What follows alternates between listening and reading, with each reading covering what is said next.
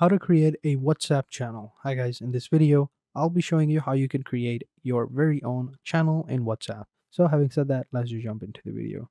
So open up your WhatsApp account, and what you want to do is you want to go over here onto updates or status or whatever it says. Scroll down at the very bottom, you will see you have channels right here. And over here you can explore different channels if you want to, but if you want to create one, all you got to do is click on this plus icon and then just simply click on create channel, and over here click on continue, and over here you can add the channel name whatever you want, and then you can add a description, and you can even add some images as well from your gallery, or you can even add stickers or whatever you want.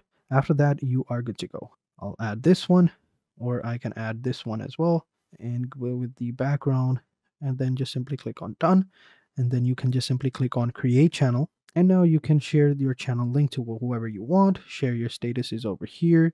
You will find the channel link over here. You can send it to whoever you want, and you will find all of your followers right here. And that is how you create your channel in WhatsApp.